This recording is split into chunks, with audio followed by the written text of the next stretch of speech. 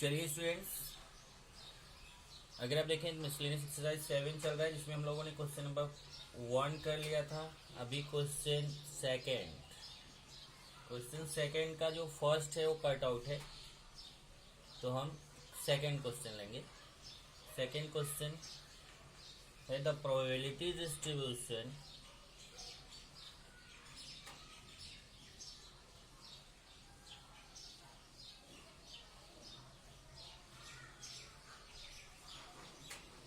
of discrete random variable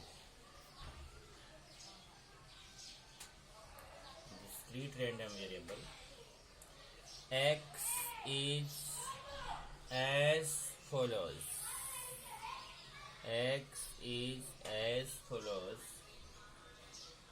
तो यहाँ पे आपको डिस्क्रीट रैंडम वेरिएबल x के लिए प्रोबेबिलिटी डिस्ट्रीब्यूशन दिया हुआ है।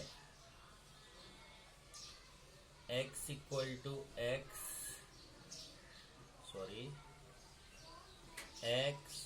p x equal to x।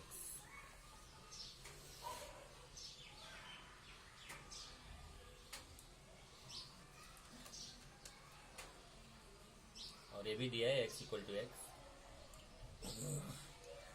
1 2 3 4 5 6 k 2k 3k 4k 5k 6। ये प्रोबेबिलिटी डिस्ट्रीब्यूशन गिवन है और इसमें दो क्वेश्चंस आपसे पूछा है। तो फर्स्ट पूछा है determine the value of k, यहाँ से k की वैल्यू फाइंड करना है। और सेकंड फाइंड, बहुत ही इंपॉर्टेंट क्वेश्चन है बोर्ड के लिए, p x is less than equal to 4, p 2 is less than x is less than 4, p x is greater than equal to 3। ये तीन क्वेश्चन आपसे पूछा है। तो सबसे पहले सॉल्यूशन में हम फर्स्ट वाला फाइंड करेंगे k की वैल्यू। और k की वैल्यू के लिए आप जानते हो कि टोटल प्रोबेबिलिटी 1 होता है। तो since summation p i equal to 1, तो ये पूरा टोटल करके 1 करिए, k प्लस 2k प्लस, आप चाहे तो इसको ऐसा लिखो पहले यहाँ पे कि p i equal to 1 means 1 2 3 4 5 सबके लिए p1 plus p2 plus p3 plus p4 plus p5 plus p6 equal to 1। अब इन सब के लिए वैल्यू है, सब कुछ कर दीजिए। k plus 2k plus 3k plus 4k plus 5k plus 6k equal to 1। Plus कर लीजिए 21k इक्वल टू 1। तो k इक्वल टू 1/21। तो फर्स्ट क्वेश्चन यही था कि k का वैल्यू फाइंड करिए, तो हमें k का वैल्यू मिल गया कितना, 1/21। अब सेकंड क्वेश्चन पे चलते हैं। पहला क्वेश्चन है find p x is less than equal to 4। p x is less than equal to 4 मतलब 4 और उससे लेस नंबर। तो देखिए 4 और उससे लेस नंबर मतलब 1 2 3 4। ये हो जाएगा p1 plus p2 plus p3 plus p4। अब वैल्यू पुट कर दीजिए। p1 का वैल्यू यहाँ से देखिए, यहीं से वैल्यू पुट करना, k 2k 3k 4k, k plus 2k plus 3k plus 4k। Plus कर लीजिए 10k और k का वैल्यू रख दीजिए 1/21। तो ये हो जाएगा 10/21। ऐसे ही सेकेंड का नेक्स्ट आपको फाइंड करना है। देखिए नेक्स्ट, ये तो फाइंड कर लिया p x is than equal to 4। अब p2 is less than x is less than 4, p2 is less than x is less than 4। अब इसका मतलब क्या हुआ कि 2 और 4 को यहाँ नहीं लेना है, क्योंकि इसमें इक्वल साइन नहीं लगा हुआ। अगर इक्वल साइन रहता है तो जैसे यहाँ इक्वल साइन लगा है तो 4 को लेना है, यहाँ इक्वल साइन नहीं है तो 2 और 4 के बीच का नंबर लेना है। तो यहाँ से देखिए 2 और 4 के बीच का नंबर, 2 और 4 के बीच का नंबर केवल क्या है, 3 है। तो इसमें अपना केवल आएगा P3, ये हो जाएगा P3, और P3 का वैल्यू कितना है, 3K। तो 3 इंटू 1/21 ये आया 3/21। ऐसे ही फाइंड करना है। Next, x is greater than equal to 3। अब ग्रेटर देन इक्वल टू 3 का मतलब हुआ कि 3 और उससे ग्रेटर, तो 3 और उससे ग्रेटर क्या आएगा, 3, 4, 5, 6। P x is greater than equal to 3 equal to P3 plus P4 plus P5 plus P6। अब वैल्यू पुट कर दीजिए। P3 3K plus 4K plus 5K plus 6K, ये हो जाएगा 18K। और K का वैल्यू सब्स्टिट्यूट कर दो, 18 इंटू 1/21। और यहाँ से अगर आप देखोगे तो यार आप इसको 18/21 भी लिख सकते हो, या फिर बेस्ट है कि आप इसको कैंसिल आउट कर लो। तो कैंसिल करेंगे तो 3 से कैंसिल हो जाएगा, 6/7। इस तरीके से आपको ये आंसर मिल जाएगा। तो लास्ट में आप, बेस्ट तरीका है कि एग्जाम में आप इसका आंसर लिखो। तो जैसे फर्स्ट है K equal to 1/21, second P x is less than equal to 4 equal to 10/21, P2 is less than x is less than 4 equal to 3/21, and Px is greater than equal to 3 equal to 6/7। इस तरीके से आपका ये second का first cut out था, तो second का ये सेकेंड क्वेश्चन। ऐसे ही सेकेंड का third question.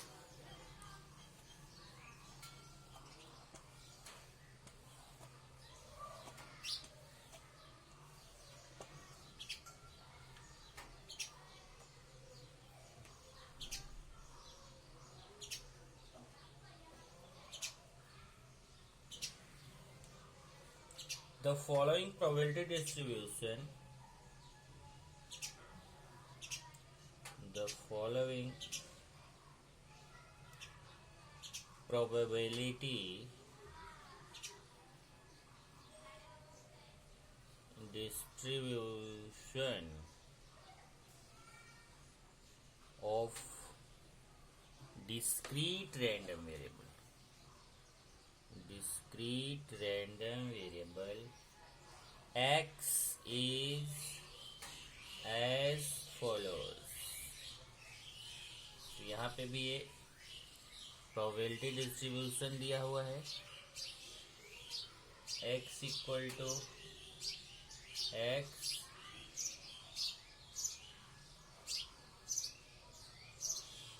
Px equal to x।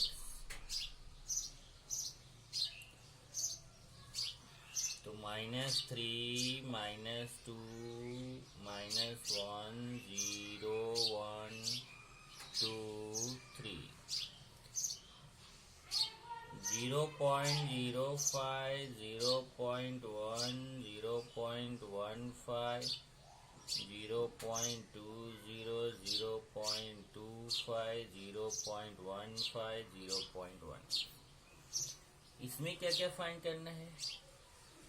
Find the probability that, अब इसमें हमें प्रोबेबिलिटी ही फाइंड करना है।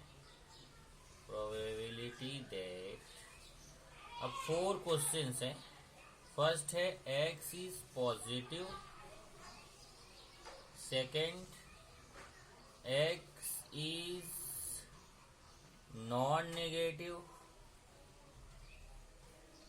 और third x is odd, fourth x is even। ये 4 क्वेश्चन हैं। तो इसमें तो के का वैल्यू भी नहीं फाइंड करना है, ये तो और इजी है। देखिए सोल्यूशन, इसमें देखिए एक्स इक्वल टू -3 के लिए प्रोबेबिलिटी 0.05 है, एक्स इक्वल टू -2 के लिए प्रोबेबिलिटी 0.1 है, एक्स इक्वल टू -1 के लिए प्रोबेबिलिटी 0.15 है, एक्स इक्वल टू 0 के लिए प्रोबेबिलिटी 0.20 है, एक्स इक्वल टू 1 के लिए है, एक्स इक्वल टू 2 के लिए है, एक्स इक्वल टू 3 के लिए प्रोबेबिलिटी दी हुई है। तो इसमें फर्स्ट क्वेश्चन अगर आप देखेंगे तो इसने बोला है एक्स इज पॉजिटिव, तो मतलब आपको एक्स अगर पॉजिटिव है तो प्रोबेबिलिटी अपने को फाइंड करना है। तो प्रोबेबिलिटी एक्स इज पॉजिटिव। अब इसमें देखना है कि पॉजिटिव नंबर्स कौन कौन से हैं। तो देखिए ये आपका, ये तो नेगेटिव नंबर है और जीरो जो होता है नाइदर पॉजिटिव नॉर नेगेटिव होता है। तो पॉजिटिव नंबर कौन कौन से, 1 2 3, इधर आएगा P1 plus P2 plus P3। अब वैल्यू पुट करिए, P1 का वैल्यू है 0, यहाँ से देख लीजिए 0.25 0.15 0.1 0.25 0.15 0.1, ये प्लस कर लीजिए 0.50। Second question, x is non-negative, probability that x is non-negative, मतलब निगेटिव नहीं होना चाहिए। तो अगर निगेटिव नहीं है तो निगेटिव को छोड़ के बाकी क्या क्या बचता है, 0 1 2 3, तो हो जाएगा P0 plus P1 plus P2 plus P3। P0 का वैल्यू 0.20, P1 0.25, P2 0.15 और P3 0.1, इसको भी प्लस कर लीजिए 0.70। थर्ड क्या है, x is odd, P x is odd, probability that x is odd। अब ऑड नंबर इसमें से देखिए कौन कौन से है, -3 -1 1 3, ये हो जाएगा P -3 P -1 P1 P3। तो -3 के लिए है 0.05, P -1 के लिए 0.15, P1 के लिए 0.25, P3 के लिए 0.1, ये प्लस कर लीजिए।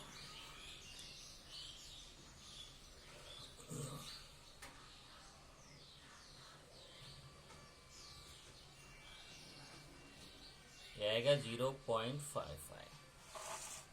ऐसे ही फोर्थ है P x probability that x is even. अब इवन नंबर इसमें देखिए कौन कौन से हैं, एक तो -2 है, दूसरा 2 है, इधर हो जाएगा P -2 प्लस P2। P -2 का वैल्यू 0.1 है और P2 का वैल्यू 0.15 है, तो हो जाएगा 0.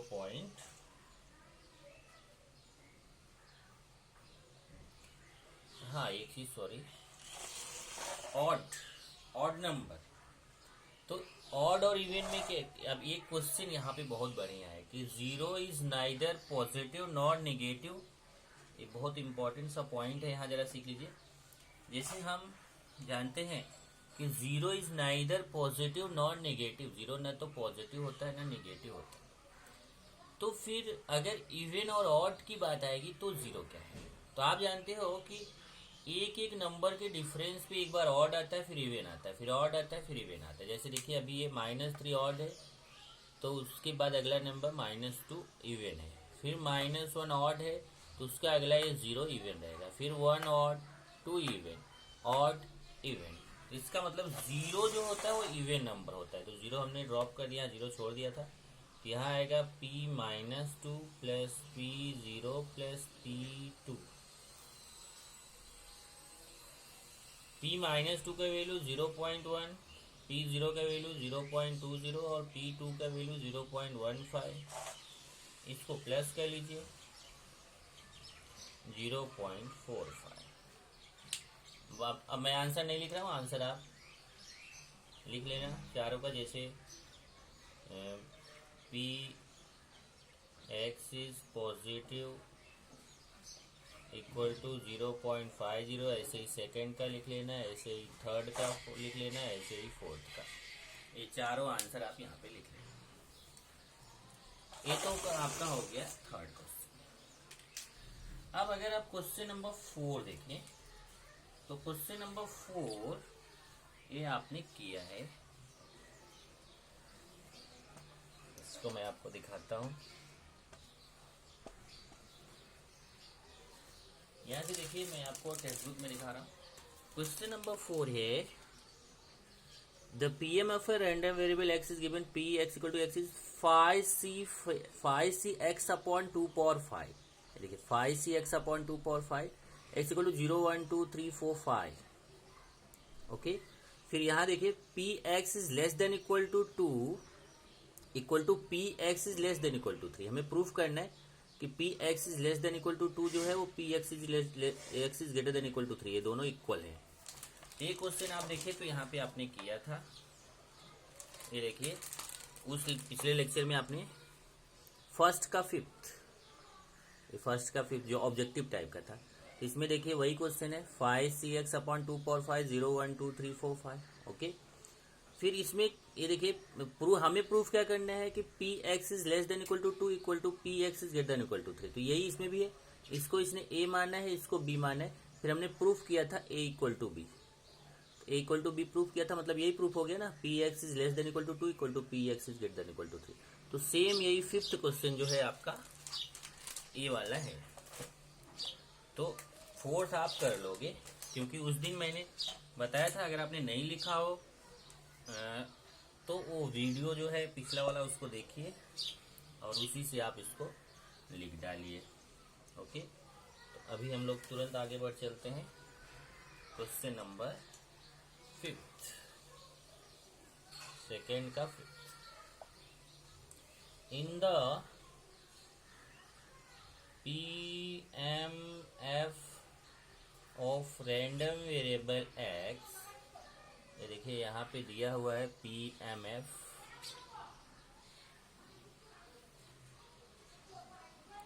वन 2 3 4 5 x px 1 2 3 4 5 और इसकी प्रोबेबिलिटी 1/20, 2 की प्रोबेबिलिटी 3/20, 3 की प्रोबेबिलिटी a, 4 की प्रोबेबिलिटी 2a और 5 की प्रोबेबिलिटी 1/20। अब इसमें क्वेश्चन है फाइंड a की वैल्यू फाइंड करना। तो आपको समझ में आ गया कैसे फाइंड करेंगे। एक चीज यहाँ है जो अभी आपको एक्सरसाइज में नहीं था, and obtain CDF of x। तो इस CDF फाइंड करना आपको एक्सरसाइज में ऐसा क्वेश्चन नहीं था, CDF फाइंड करने वाला क्वेश्चन नहीं था। तो यहाँ पे आप एक नई चीज सीखोगे कि हम कैसे CDF फाइंड करते हैं। ओके, तो पहले तो ये के लिए चलते हैं। Since summation PI equal to 1 होता है, इसका मतलब P1 plus P2 plus P3 plus P4 plus P5 equal to 1। तो 1/20 plus 3/20 plus a plus 2a plus 1/20 equal to 1। a और 2a प्लस करेंगे तो 3a और 1/20 3/20 और 1/20 इसको प्लस करेंगे तो 3 1 4 1 5 5/20 इक्वल टू 1।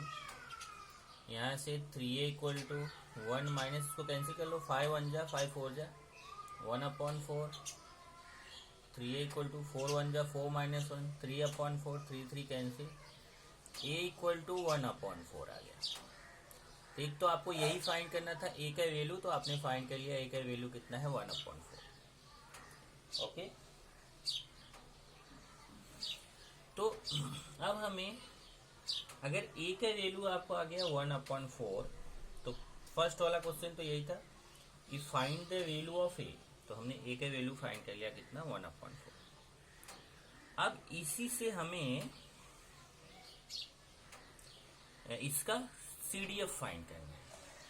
ओके, तो अगर ये 1/4 है, इसको अपॉन इससे अगर ये प्रोबेबिलिटी डिस्ट्रीब्यूशन को हम बना लें, तो जैसे अगर a इक्वल टू 1/4 है तो इसको हम ऐसे भी लिख सकते हैं, a इक्वल टू जो हमने इधर डिवाइड कर दिया था, डिवाइड ना करें, इसमें हम 5 से ऊपर नीचे मल्टीप्लाई कर दें, तो 5/20।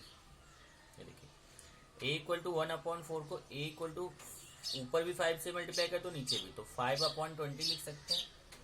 So probability distribution of x becomes, अब ये जो प्रोबेबिलिटी डिस्ट्रीब्यूशन है वो आपका कैसा हो जाएगा, वो देखिए। जब आपने a का वैल्यू 5/20, देखिए a का वैल्यू कितना 5/20 ले लिया, तो यहाँ देखिए, यहाँ a के प्लेस पे 5/20 हो जाएगा, तो ये हो गया 5/20। और यहाँ a के प्लेस पे 5/20 लिखेंगे तो 2 इंटू 5/20, तो ये हो जाएगा 10/20। ये आपका ये टेबल बन जाएगा। तो इस टेबल को आप दोबारा बना लीजिए, मैंने इसी में बना दिया है। अब हम लोग फाइंड करेंगे CDF।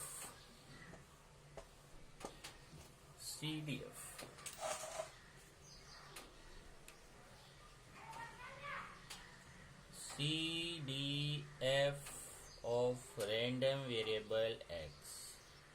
चलिए, जैसे यहाँ पे देखिए ये P1, P2, P3, P4, P5 की वैल्यू है, ऐसे ही हम F1, F2, F3, F4, F5 की वैल्यू फाइंड करेंगे। ओके, चलिए सबसे पहले F1 का फॉर्मूला बताया था, पर आपने कभी अप्लाई नहीं किया इसलिए आपको भूल गया होगा। फॉर्मूला ये था, पहले मैं फॉर्मूला लिख देता हूँ। फॉर्मूला था Fx इक्वल टू समेशन, नहीं sorry, Fx equal to P, वहां पे जो मतलब फॉर्मूला अप्लाई हुआ था, तो Px is less than equal to x, ये CDF का फॉर्मूला था। Fx मतलब CDF ऑफ x, तो ये फॉर्मूला था probability of x is less than equal to x। यही फॉर्मूला हम यहाँ पे अप्लाई करेंगे और एक एक करके हम फाइंड करेंगे। ये देखिए F1, F2, F3, F4, F5 इसको फाइंड करेंगे। चलिए सबसे पहले F1, तो जैसे यहाँ देखिए Fx है, फॉर्मूले में पुट करना, ध्यान से देखिए। जब Fx है तो Px is less than equal to x, तो अगर यहाँ F1 हो गया तो Px is less than equal to 1, Px is less than equal to 1। अब x is less than equal to 1 का मतलब 1 और उससे लेस नंबर, तो 1 तो है पर उससे लेस नंबर नहीं है, तो केवल 1 लिया जाएगा यहाँ पे। ये हो जाएगा P1, और P1 का वैल्यू यहाँ से देखो कितना है 1/20। ये पहला वैल्यू हो गया F1। ऐसे ही हम फाइंड करेंगे F2। F2 क्या हो जाएगा, फिर यही फॉर्मूले में रख दो। F2 equal to Px is less than equal to 2, Px is less than equal to 2।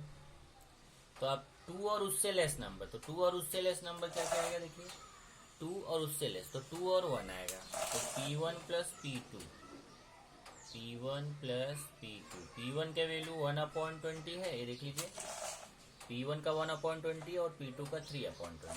1/20 plus 3/20, ये हो जाएगा 4/20। ओके, नेक्स्ट F3 कैंसिल करोगे तो भी चलेगा, उससे कोई फर्क नहीं कैंसिल करोगे तो भी चलेगा, क्योंकि वो डिनोमिनेटर सेम रखते हैं ना। उसके बाद तब है F3 में Px is less than equal to 3। ऐसे ही F4 फाइंड करेंगे तो Px is less than equal to 4, और F5 फाइंड करेंगे तो Px is less than equal to 5। Okay, चलिए यहाँ पे 3 और उससे लेस नंबर, तो P1 plus P2 plus P3। यहाँ पे क्या आएगा 4 और उससे less, P1 plus P2 plus P3 plus P4। यहाँ पे 5 तक, P1 plus P2 plus P3 plus P4 plus P5।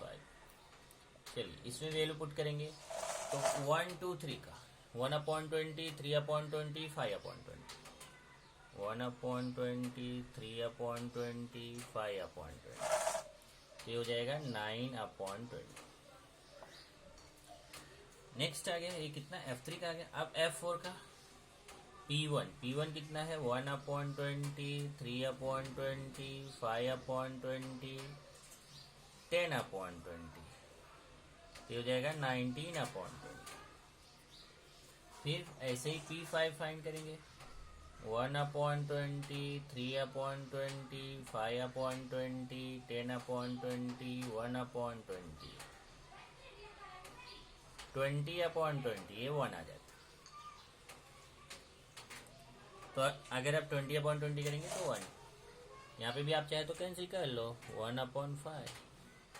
Okay, तो ये आपका हो गया CDF। So CDF of X is as follows. तो इसका CDF का जो डिस्ट्रीब्यूशन होगा वो कैसा होगा, तो इसमें देख लीजिए, यहाँ लिखना है X और यहाँ लिखना है FX। X में है 1 2 3 4 5। अब F1 का वैल्यू कितना है 1/20, देख लीजिए। F2 का वैल्यू कितना है, F1 का 1/20 था, F2 का 1/5, F3 का 9/20, F4 का 19/20, F5 का 1। इसमें ध्यान रखो कि CDF में हमेशा ये लास्ट वाला वैल्यू रहेगा ना, वो हमेशा 1 आएगा, जैसे क्योंकि ये हमेशा टोटल प्रोबेबिलिटी होती है। ये आपने CDF फाइंड करना भी सीख लिया कि कैसे हम CDF फाइंड करते हैं। ओके, तो नेक्स्ट चलते हैं क्वेश्चन नंबर 6।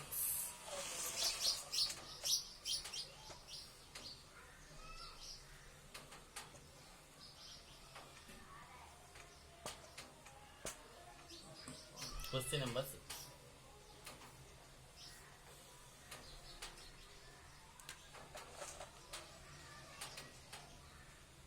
सेकेंड का ही 6। A fair coin is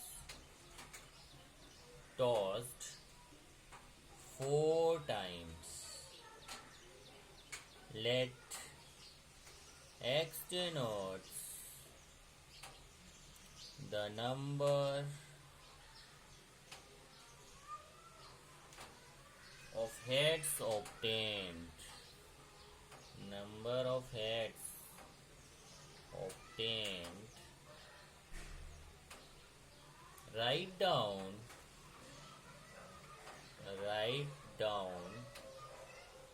the probability distribution। यहाँ पे भी probability distribution बनाना है। Probability distribution of random variable X। Also find the formula for PMF of X। Probability mass function का formula भी अपने को फाइंड करना है, तो प्रोबेबिलिटी डिस्ट्रीब्यूशन भी फाइंड करना है और प्रोबेबिलिटी मास फंक्शन का फॉर्मूला भी अपने को यहाँ पर फाइंड करना है। तो यहाँ पे अगर आप देखोगे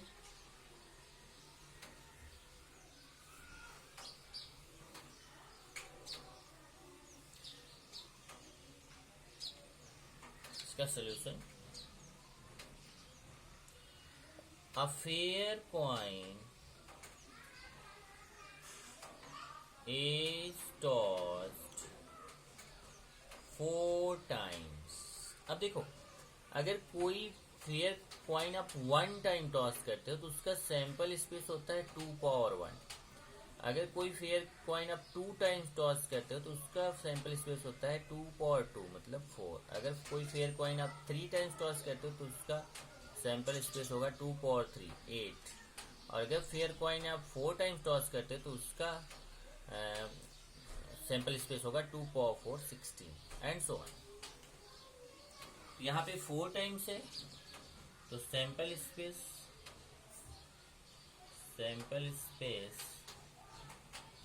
ns इक्वल टू 2 पावर 4 16।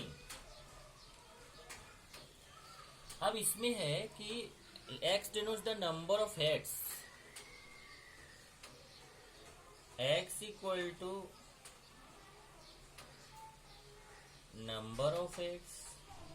अब अगर आप 4 कॉइन्स टॉस कर रहे हो तो हो सकता है कि उसमें एक भी हेड ना आए, हो सकता है 1 हेड आए, हो सकता है 2 हेड आए, हो सकता है 3 हेड आए, हो सकता है कि चारों के चारों हेड आ सकते हैं। ये तो रैंडम वेरिएबल होगा। ओके, अब हमें फाइंड करना है इसका प्रोबेबिलिटी डिस्ट्रीब्यूशन। ओके, तो एक इसका प्रोबेबिलिटी डिस्ट्रीब्यूशन फाइंड करने का एक तरीका आपको इसके पहले बताया गया था कि जैसे 0 हेड्स है तो अब यहाँ पे आप पहले P फाइंड कर लो फिर Q फाइंड कर लो। ठीक, जैसे P का क्या आएगा, एक क्वाइन के लिए P भी 1/2 होता है, Q भी 1, मतलब हेड आने की प्रोबेबिलिटी भी 1/2 होती है, टेल आने की प्रोबेबिलिटी भी 1/2 होती है। ओके, तो जैसे अगर यहाँ पे बोल रहे हैं कि number of heads no heads, तो नो हेड्स मतलब सब टेल टेल टेल टेल, तो ये आ जाएगा कितना 1/2।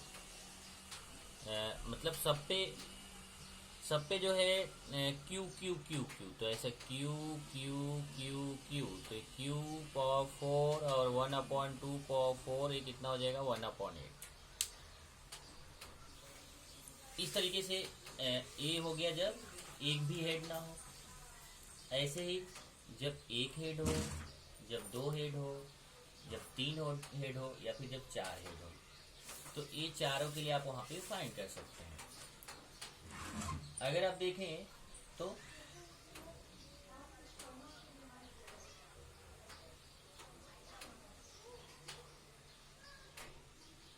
एक्सरसाइज 7.1 का फर्स्ट क्वेश्चन अगर आप देखेंगे तो फर्स्ट क्वेश्चन ऐसा ही है, उसमें a fair coin is toss 6 times लिखा हुआ है, बराबर। A fair coin is toss 6 times, तो यहाँ पे कितने टाइम्स है, a fair coin is tossed 4 times है। तो आप चाहे तो जैसा मैंने आपको 7.1 का क्वेश्चन बताया था फर्स्ट वाला, उस तरीके से भी आप इसको कर सकते हैं। ओके, और दूसरा तरीका भी है। ओके, तो दूसरा तरीका क्या है, यहाँ पे है पहला P x equal to 0, P0 means P no head. चलो यहाँ पे मैं लिखता हूँ ऐसे, सबसे पहले प्रोबेबिलिटी ऑफ नो हेड, मतलब एक भी हेड नहीं, जिसका मतलब P0, तो कितना टोटल है। Okay, probability of no head अपने को फाइंड करना है, मतलब P0 फाइंड करना है, तो P0 की प्रोबेबिलिटी कितनी हो जाएगी यहाँ पर, तो उसके लिए आपको सबसे पहले देखना है कि यहाँ पे ऐसा एक्स वाई जेड, ऐसा एक्स इक्वल टू फॉर, जैसे फॉर एक्स इक्वल टू 0, अगर आपका एक्स इक्वल टू 0 है तो एन एक्स की वैल्यू कितनी होगी, एक्स इक्वल टू 0 के लिए एन एक्स की वैल्यू कितनी होगी। तो यहाँ पे क्या हो गया कि नो हेड, मतलब एक भी हेड नहीं है वहाँ पे, और एक भी हेड नहीं है मतलब एन नो हेड, और नो हेड 4 में से एक भी हेड नहीं, तो इसका मतलब 4C0, और 4C0 की वैल्यू आप फाइंड कर लेंगे, तो 4C0 की वैल्यू कितनी आती है 1। So probability P0 equal to, ये देखिए एन एक्स, यहाँ पे चाहे तो N0 लिख दो, n0 अपॉन ns, n0 की वैल्यू है 1 अपॉन ns की वैल्यू 16। इसी तरीके से आपको चारों के लिए निकालना है। फॉर x इक्वल टू 1, तो n1 मीन्स n1 हेड मतलब एक हेड, इसका मतलब 4 में से एक हेड, तो 4c1 की वैल्यू होती है 4। So probability p1 equal to n1 upon ns, तो ये हो जाएगा n1 की वैल्यू 4 और ns का हर जगह 16 है यार, देख लो ns का वैल्यू 16। ऐसे ही for x equal to 2 n2 heads 4c2 का वैल्यू फाइंड करेंगे तो 6 आएगा, फाइंड तो कर लेंगे आप। So probability p2 equal to n2 upon ns, n2 है n2 अपॉन ns, n2 का वैल्यू 6 और ns का 16। For x equal to 3n3 मतलब 3 हेड्स मीन्स 4 में से 3 हेड, इसकी वैल्यू आएगी 4। So probability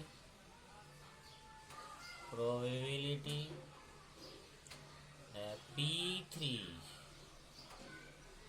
equal to n3 upon ns, तो n3 का वैल्यू कितना है 4, सो ये देखिए n3 का वैल्यू 4 अपॉन ns का वैल्यू 16। और for x equal to 4 n4 heads, 4 के चारों हेड है, तो 4 में से चारों के चारों हेड 4c4, इसकी वैल्यू आएगी 1। So probability p4 equal to n4 upon ns 1 upon 16। अब इसी में अभी इसका तो प्रोबेबिलिटी डिस्ट्रीब्यूशन फाइंड कर लेते हैं। चलो, तो प्रोबेबिलिटी डिस्ट्रीब्यूशन तो मिल ही गया। तो प्रोबेबिलिटी डिस्ट्रीब्यूशन ऑफ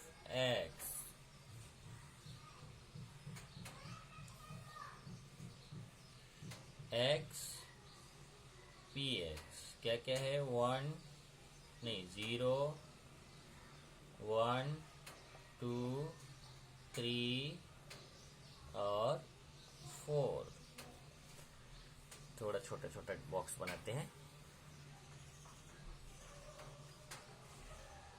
1 2 3 4।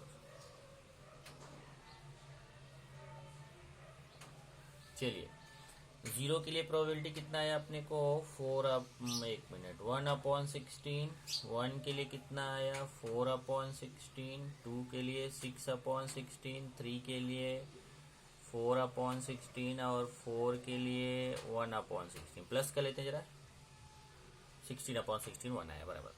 ठीक, तो ये फाइंड करना था आपको प्रोबेबिलिटी डिस्ट्रीब्यूशन। एक चीज और फाइंड करना है, फॉर्मूला फॉर पीएमएफ। वो देखिए, formula for PMF of x के लिए पीएमएफ का फॉर्मूला क्या है।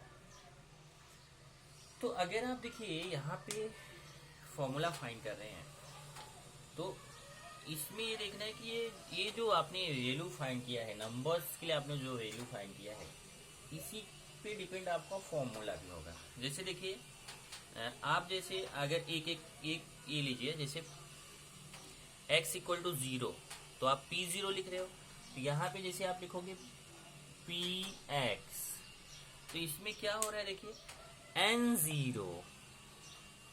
n0 upon ns। तो यहाँ पे क्या आएगा, यहाँ पे आएगा P X upon N S, N X upon N S, यही ना, चेक कर लीजिए।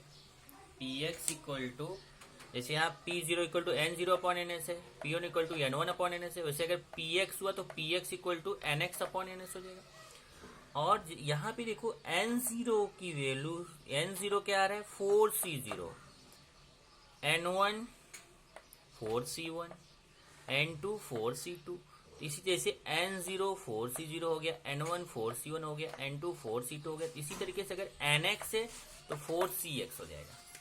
तो यहाँ 4cx upon N S, N S का वैल्यू यहाँ पे 16 है, ये फॉर्मूला हो जाएगा। तो यहाँ पे बोला है कि पीएमएफ का फॉर्मूला फाइंड करो।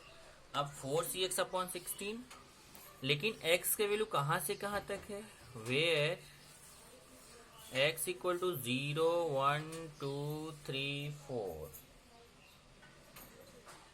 ये हो जाएगा। और इक्वल टू 0 अदरवाइज, मतलब बाकी सब के लिए वो 0 रहेगा।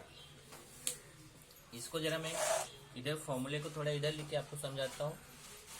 यही फॉर्मूले को कैसे लिखना है, ऐसे लिखना है, formula for P M F of X, ये हो जाएगा P x equal to 4cx, क्या है अपने को 4cx upon 16, when x equal to 0 1 2 3 4, मतलब 0 से लेके 4 तक के लिए तो ये है और बाकी के लिए 0 है। तो इस तरीके से इसका फॉर्मूला बने, अदरवाइज 0, मतलब केवल 0 1 2 3 4 के लिए ये फॉर्मूला अप्लाई होगा, बाकी सब के लिए आपका 0 आएगा। इस तरीके से हमने 6 क्वेश्चंस कर लिए हैं। आगे आपको 7th क्वेश्चन से खुद ट्राई करना चाहिए, तो मैं आपको होमवर्क दे रहा हूँ कि आप आगे के क्वेश्चंस खुद से करिए। नेक्स्ट लेक्चर मुझे ये चैप्टर खत्म करना है, इसलिए मैं नेक्स्ट लेक्चर में आपको केवल सेलेक्टेड क्वेश्चन जो थोड़ा डिफरेंट रहेगा वही कराऊंगा।